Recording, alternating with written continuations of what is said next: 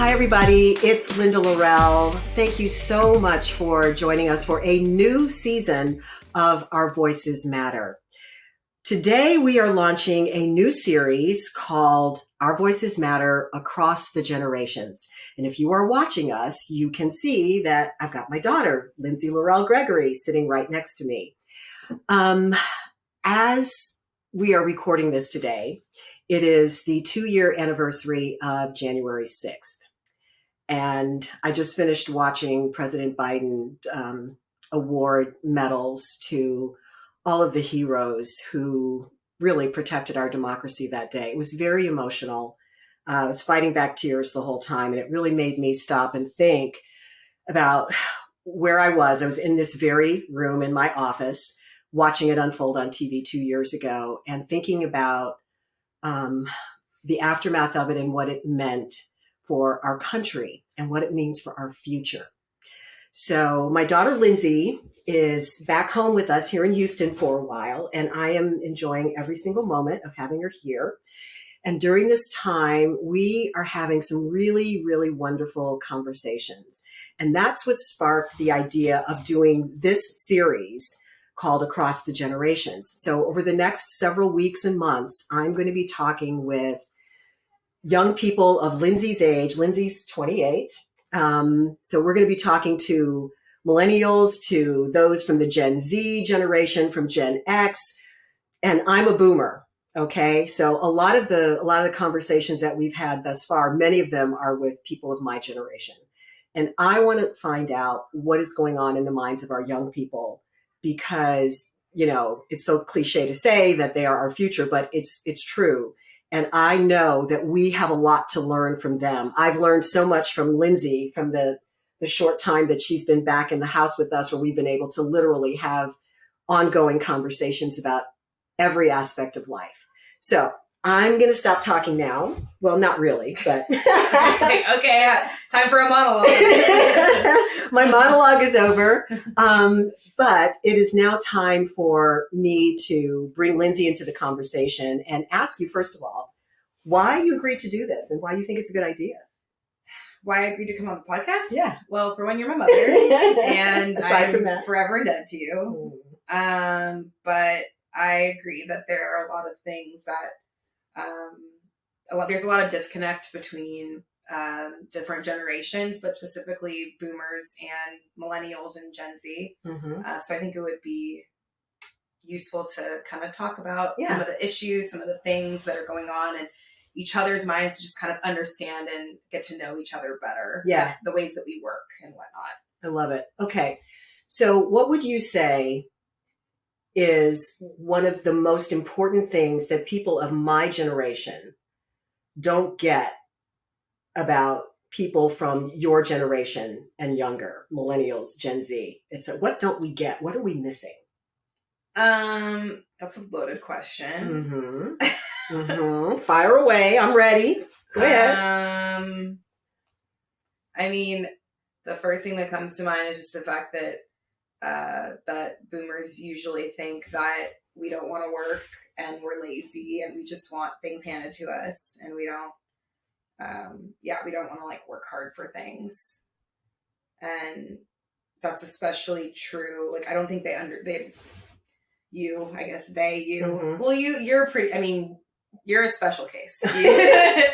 But thank you. But no, I want you to speak honestly, and not just from how you feel, but what your friends say. And I know you don't want to generalize. I don't want to badmouth anybody. I get it, but this is we're trying to have some real talk here. So I want to know what you and your friends think about us and what we're not getting. I mean, social media, obviously, like there's definitely a learning curve with social media and technology in general for a lot of older people. Mm-hmm. And especially, understanding how you can make so much money on social media, how you can make so much money in different technological avenues in general. Mm-hmm. I feel like they don't understand that, and they don't understand how we are trying to work smarter and not harder. Because I feel like everyone in your generation and above was just grind to make the money. But we're like, we don't want to grind. We want to enjoy our lives while also making money. So let's try to figure out a way to not work as hard and get the same rewards, if not more. Mm. So you work remotely, which a lot of, oh God, see, this is part of getting older. We're on the floor and I'm trying to find the most comfortable position. So those of you who are not watching, let me just tell you, I just changed positions here. So, okay. So, a lot of people of your generation are working remotely. Part of this is due to the pandemic, but it's also just part of just the general idea. And like you were saying, you want to work more, you want to work smarter and more efficiently and not feel like you're just grinding away all the time. Yeah. So where do you see the workforce going? I mean, when you talk with your friends about what you want your lives to look like over the next 10 to 20 years, as far as work goes, tell me what those conversations are like. I mean, especially since COVID happened, obviously people are working from home now more than ever. And I think it's just going to continue to be like that. I saw something the other day. What was it? It was, I forget exactly what it was, but it was a company that was giving their employees some sort of benefits. I think they're saying that they can now have like every other Friday off or something, or like a mandatory like 4 days off a month or something like that. I think companies are really starting to understand how important work-life balance is. And if you work your employees to the bone, they're just going to leave. They're going to leave and they're going to find somewhere else that's going to cherish them like they should be cherished. And yeah, that's mostly what we've talked about. But like, I think overall, if your job can be done from home, obviously there are jobs where you need to go in the office, and obviously there's pros and cons to both. But and Layla's making an appearance. Layla is Lindsay's dog. Okay, Layla. Thank you, sweetie. We're so glad you made that cameo. Okay, go ahead. I was worried about that. She stood up. I was like, oh no. Oh, here we go. Okay. But if you can work from home, and okay, let me rephrase this. There are pros and cons to being in the office and working from home. And Layla's licking my face now. Thank you, sweet girl. I love you too. Okay. Layla's my intern, but now you need to sit down. Hey, you need to sit down. Sit down, sweet girl. Thank you. Thank you. Okay. It was either this or she was going to be barking. Right, exactly. So better that she's here licking my face and barking. Evils. Okay. But I'm having a hard time articulating this because I go back and forth on it because I've been working from home since before the pandemic. And it wasn't necessarily full time at that point, but I went into the office like once a week. So I guess what I'm trying to say is there are pros to going into the office like once or twice a week. And so that you can have that interaction, so you can, talk to your team members and make, still keep face, and whatnot. But then at the same time, working from home is just, there's just such an advantage to it. Yeah. But overall, I believe that, moving forward, it's gonna be a lot less. You have to come into the office 5 days a week at least, Well, and I watch you do the work that you do, literally, from the house, and you're a hard worker and you stay, really focused on what you do. And I'm just thinking about the first point that you made, which is that so many people of my generation, are under the impression that you guys don't really want to do the work. And that's just not true. You're just looking at things a different way. Yeah. So, one of the questions that I asked you recently when we were just hanging out in the kitchen, I said, tell me what you want your life to look like, over the next 10 to 20 years. So when I was your age, when I was your age, the world was not quite as crazy and chaotic as it is right now. It was in a different way. But let me just say this. When I was 28, I wasn't worried about the future of our democracy. I wasn't worried about the future of our planet. I wasn't worried about some of the existential things that I believe people of your generation are very concerned about, because you're inheriting these problems that my generation, has created. So, I mean, there's a bunch of questions in here, but I guess the first one is, what are you most concerned about when you think about your future?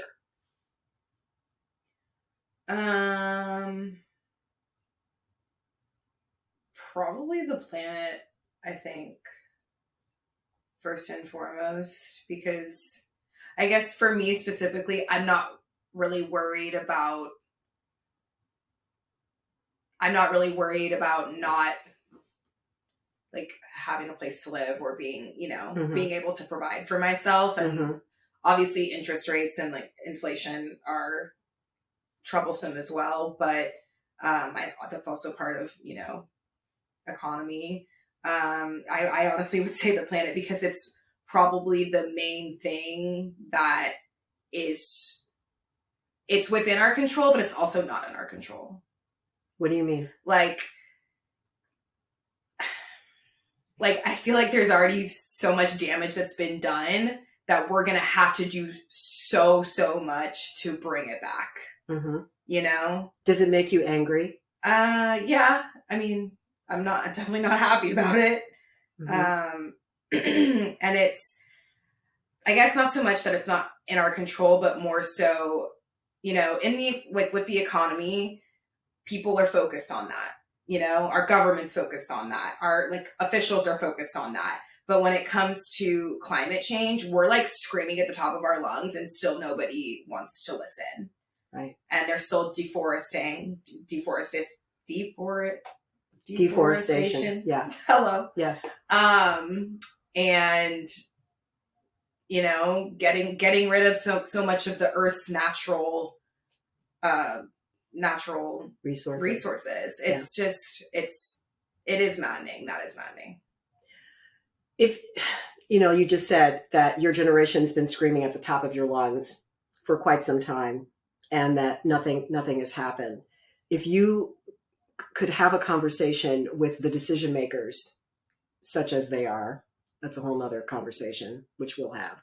But the politicians and the leaders who are making the decisions that will impact your future and the future of your children, my grandchildren, what would you say to them? I mean, I would just ask that they put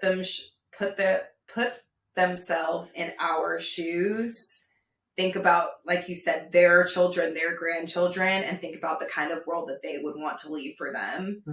And just go outside and look around, look at how beautiful the planet is, and then realize, do some research, because I'm sure a lot of them have not really looked into it. And I'm not an expert on it myself by any means, but do some research and look at how drastically things have changed over the last even 20 years, 20 to 30 years, how drastically the climate has changed and how we're in trouble, if we don't start doing something about it at a global We're almost out of time. I mean, we really honestly just have less than 10 years to really turn it around. I saw a report earlier this week, and I wish I could remember over what period of time that they said, but literally, I'm sitting here, as we're sitting here right now, and I'm looking out the window of our home, and I can see trees, right? And they said, look at the landscape as you see it right now, and picture that in X number of years, I forgot what the number is, that 3/4 of what you're looking at will be gone. That is mind blowing. Yeah. I mean, when you think about that, it's holy shit. I mean, really. And so, and I know one of the things that, that you brought to our home years ago was recycling. I remember when you said to us, did? Yeah, you did. You might not even remember. I think you were in middle school or something. And you were like, Mom and Dad, we need to be recycling. We need to be recycling. And we kind of half-heartedly got behind it. Now we really recycle. I mean, we really do. Yeah. But I said a moment ago that I'm learning so much from you during this time that we have together when you're back home with us for a bit.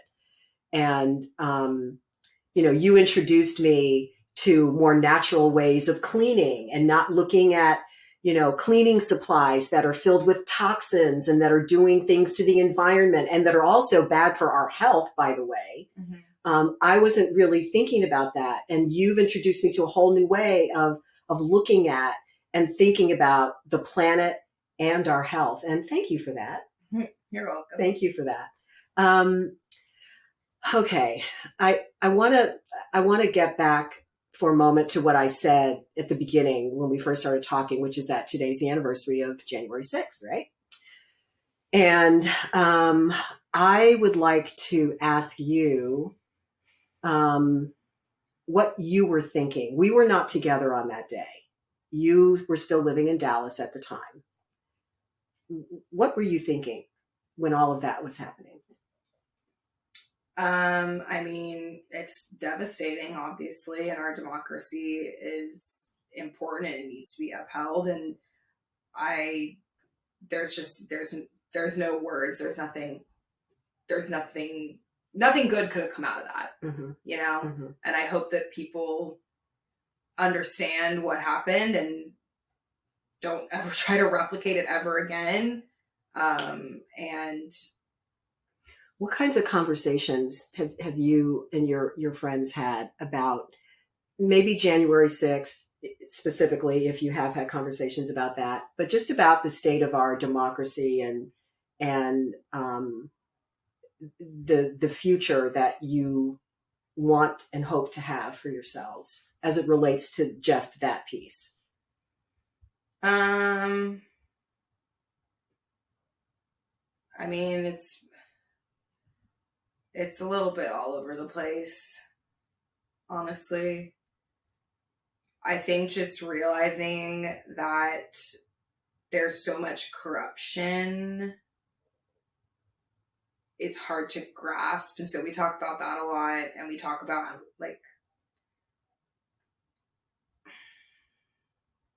I know you're choosing your words carefully because I know you don't want to get into the nitty gritty of politics. Yeah. This is one of the things that she said to me. She's like, Mom, I'm down for all of this, but I really don't want to talk specifically about politics, in terms of her political persuasion, et cetera. And I get that. I really do. So I know that you have friends who have beliefs for both parties. Okay. You have friends who support both parties, correct? Yes, correct. Okay. So how are you navigating that and those kinds of conversations, knowing that you have friends who are both Democrats, Republicans, and independents, in this very tumultuous, divisive time that we're living in? How have your conversations changed? If they have. Honestly, you're not going to like my answer. Okay. It doesn't matter if I like it or not. I want to know what your real answer is. Okay, well, I might get some crap for this, but I don't talk to my friends about it. Like, I do. Whatever. Okay. I don't really talk to my Republican friends about politics. My Democratic friends are a lot louder about politics, and so I talk to them about it, and we go back and forth on things. But like my close friends who are Republicans, I just don't bring it up because I don't think that it would be. I personally just don't. I've always disliked politics, talking about politics, which obviously is not an excuse, nor is it something that I can escape at this point. Mm-hmm. But every time I have in the past, it's been uncomfortable, and it's been, not necessarily productive. So I think it's just kind of a mutual understanding, like we're just not going to touch on this topic in our friendship. So in other words, you guys know what each other believes in terms of politics and policy. And you choose not to have the conversation because you want to make sure that the friendship stays intact.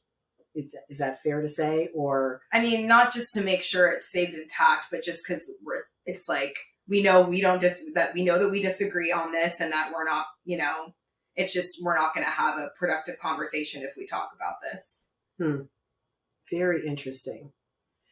And when I think back to, again, being your age, I don't think my friends and I don't remember really having a lot of political discussions along the same lines. So why did you say that you thought I wouldn't like your answer? Because because I feel like you and Dad would say you need to have these kinds of conversations with people who don't think the same way that you do. Because you might learn something and they might learn something, which I agree with. And there are some people that actually, no, I have had conversations with some people who have disagreements with my views. But there are some of my very close friends that it just doesn't ever come up. And I'm like, I don't want to touch it. I guess it just depends on the person. I don't know. It's interesting because in the abstract, it is easy for me as your mom or as the host of this podcast, which I say all the time, that the whole reason that I even started this podcast is because I want people who are watching and listening who might look at Lindsay and Linda as the other because we're Black women. Okay. So we're the other for a large group of people out there. And also maybe because of our political views or whatever. But there are things about us that I think you could relate to because there are certain similarities that we have in terms of what we want out of life and how we live our lives and the way we love our families and, how we support our communities and all of that sort of thing.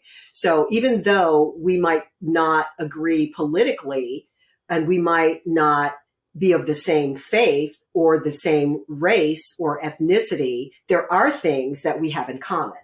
And that's the reason that I started this, is that I wanted people who might think of me and or my guests as the other to see some of themselves in these conversations. That being said, I understand the difficulty and the uncomfortableness of having those kinds of really hard conversations. You mentioned your dad, and I have to say, he is like he's like the epitome for me of someone who isn't afraid to have those tough conversations. He has friends who are the complete opposite of him politically. And I listen to him on the phone, taking it right to them, literally. Yeah. Having the conversation, sometimes with voices raised, but then at the end of the conversation, love you, man. And see, that's where I think that we all need to strive to get to, is to not be afraid to have the tough conversation, understand that we don't agree and that's okay, but it doesn't mean that we can't love each other as human beings and still remain friends. It's not an easy thing to do. So I get it. I understand why you might not want to go there. Yeah. And to be honest, I don't even know if I said this out loud to you, but I don't see myself as a Democrat or a Republican. Honestly, I'm a moderate. I'm like a straight down the middle. An independent. Yeah, I really am. I see. I mean, there's issues with both parties, and there's issues with both sides of the coin. Anything you have in life, but I'm I consider myself a moderate. So let's talk about race just for a minute. You're really just going for it, Mom. Jesus. Okay. So, I remember after George Floyd's brutal murder, and all of the everything that came after that, including a lot of the frank conversations that were happening. You posted something on Instagram that, are you okay? You okay? What? Okay. You look like you were. No, I'm Okay. just You're just thinking. Okay. All right. But you posted something on Instagram that surprised me. So I'm going to ask you to just kind of share with our listeners and viewers a little bit about that post and why you posted what you did. I haven't read it in a really long time. It basically was just a post about how I've been the token Black girl for my whole life, and how it's affected me, I guess, and then some ways to be more of an ally in the race war, honestly. Okay. So the post was, I don't want to say directed at your white friends, but it was. Can I pull it up? Yeah. I don't remember. Sure. Honestly. I mean, it was. And I remember reading it, and, first of all, I was really proud of you. Well, first of all, I asked you to proofread it. If you remember, I asked you to proofread it before. Actually, I had forgotten that. I was so surprised when you posted. I was like, I told you I was posting this. I forgot. It was a long time ago. Well, I had forgotten that you had asked me to proofread it. But still, the fact that you had written it and that you wanted to put it out there. Well, it's because all of this stuff was happening, and I, again, don't like politics, and I don't like to discuss. Like, I never have. But I felt like I needed to say something with all the BLM stuff happening, just because I am a lot of my white friends' only Black friend. Mm. And I felt like I was doing a disservice to myself and my own race by just like staying silent and not saying anything. Mm-hmm. Mm-hmm. And so I was like, okay, I need to, I just like felt the need to do that. Yeah. So you're looking at the post now. You just pulled it up. Yes. It's about a bunch of microaggressions. So it's about like my journey as a token Black friend and microaggressions that I've experienced, microaggressions that I have said and done towards myself or other people. And then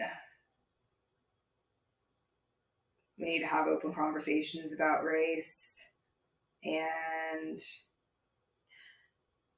so what has been, or what was the reaction to your post from your white friends specifically? Support. Just a lot of support and love. And I had people reaching out to me that I hadn't spoken to since college. Like, and for reference, this was in 2020 when I posted this, and I graduated in 2016. I had people texting me, people DMing me. And what were they saying? Just like, I'm so proud of you. This is so great. You're very strong. Like, I love you. I'm here to support you. Things like that. But,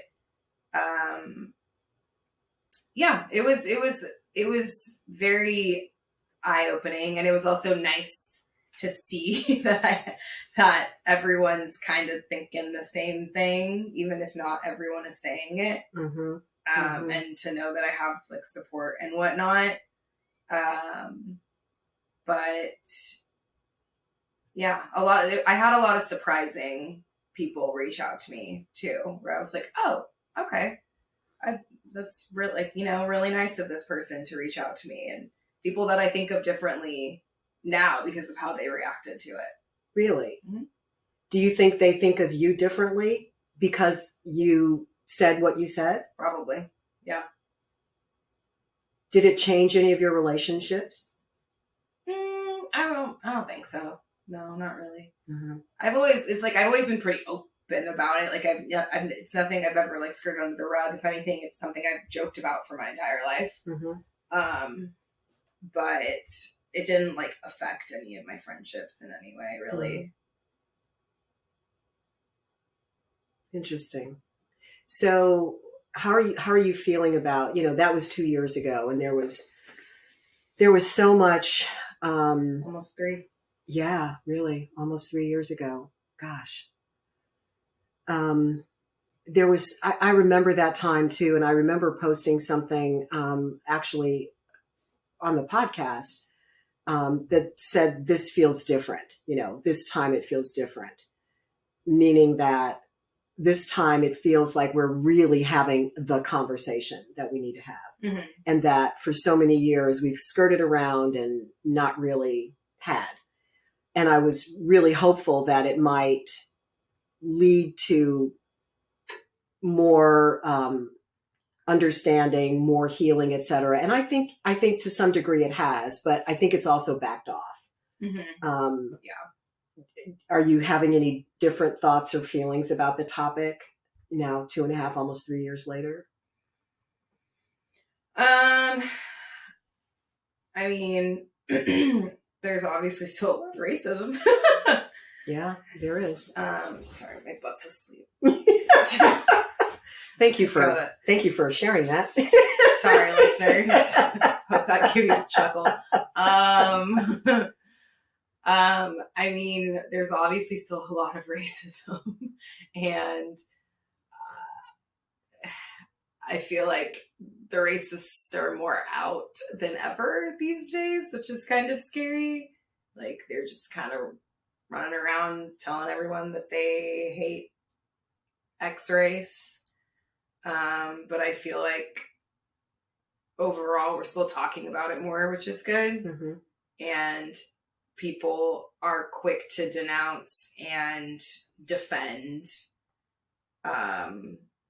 themselves or their friends and family against the like outward racists, which is also good. Do you ever feel afraid when you're out? No, honestly. And that's I'm privileged. I'm a privileged Black woman, and I know that. I've known that my whole life. I've never really felt, I've definitely obviously had, things said to me and whatnot, but I've never felt like I'm in danger. So I'll say this. After the shooting, what was his name? The runner, the Black runner? Ahmaud Arbery. Yes, Ahmaud. Yes. After that, I remember going on runs and feeling just like uneasy. And like, I think one time shortly after, I like cried while I was running because I was just like, "This is." Am I allowed to cuss? Am I allowed to cuss? Yes. Okay, this is bullshit. And feeling a little bit unsafe in that regard. So when you think about your future, and I know someday you hope to have children, and no, I will have children. Yes, someday you will have children. Thank you. Of course.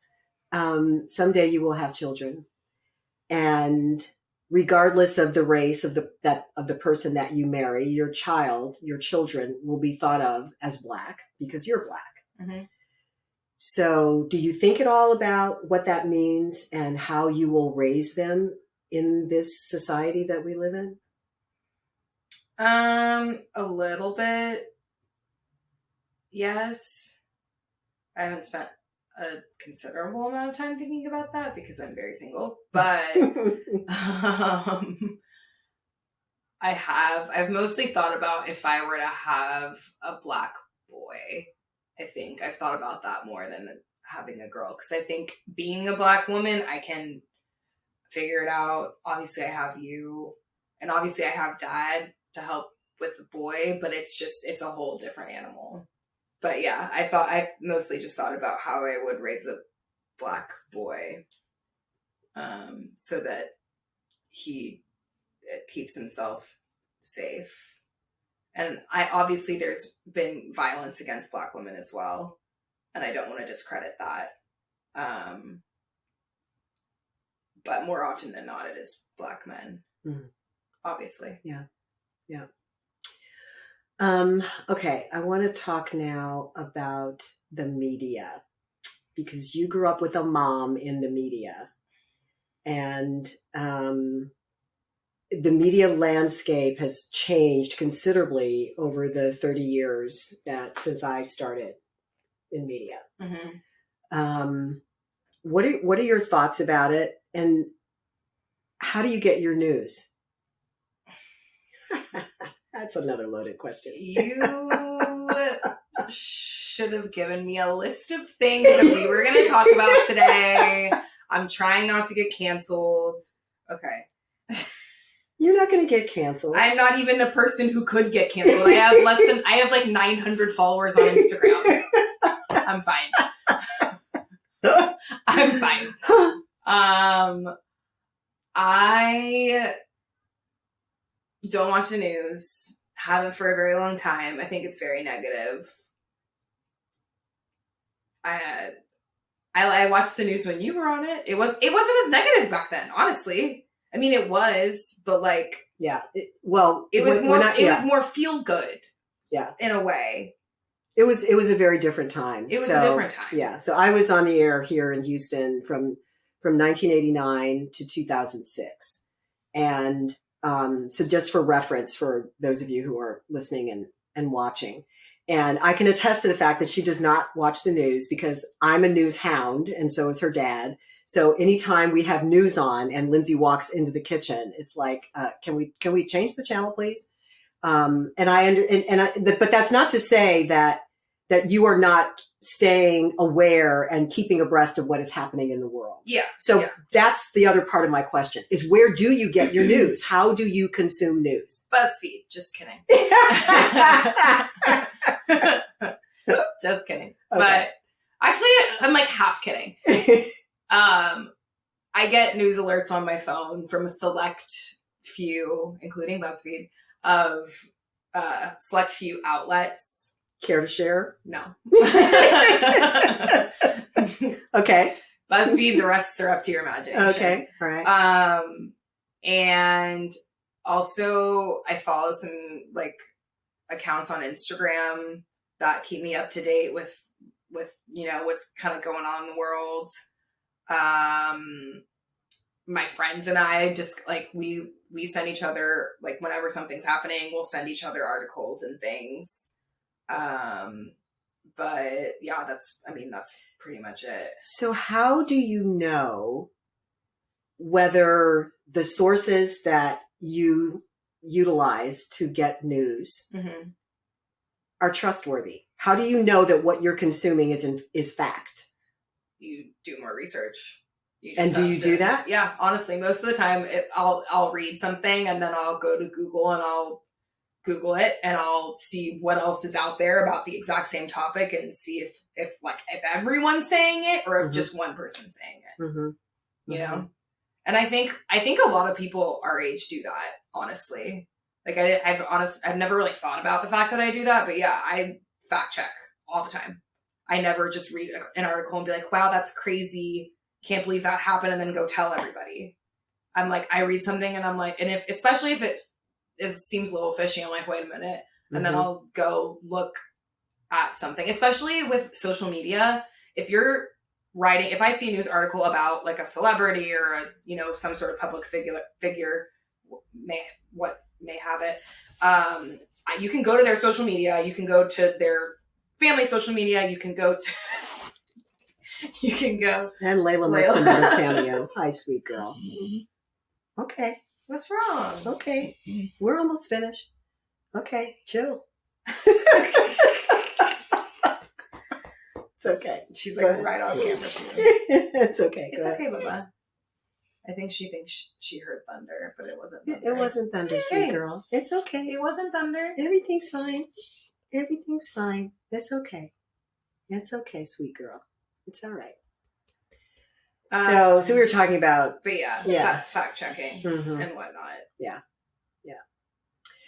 Okay. So I think we've covered enough for today.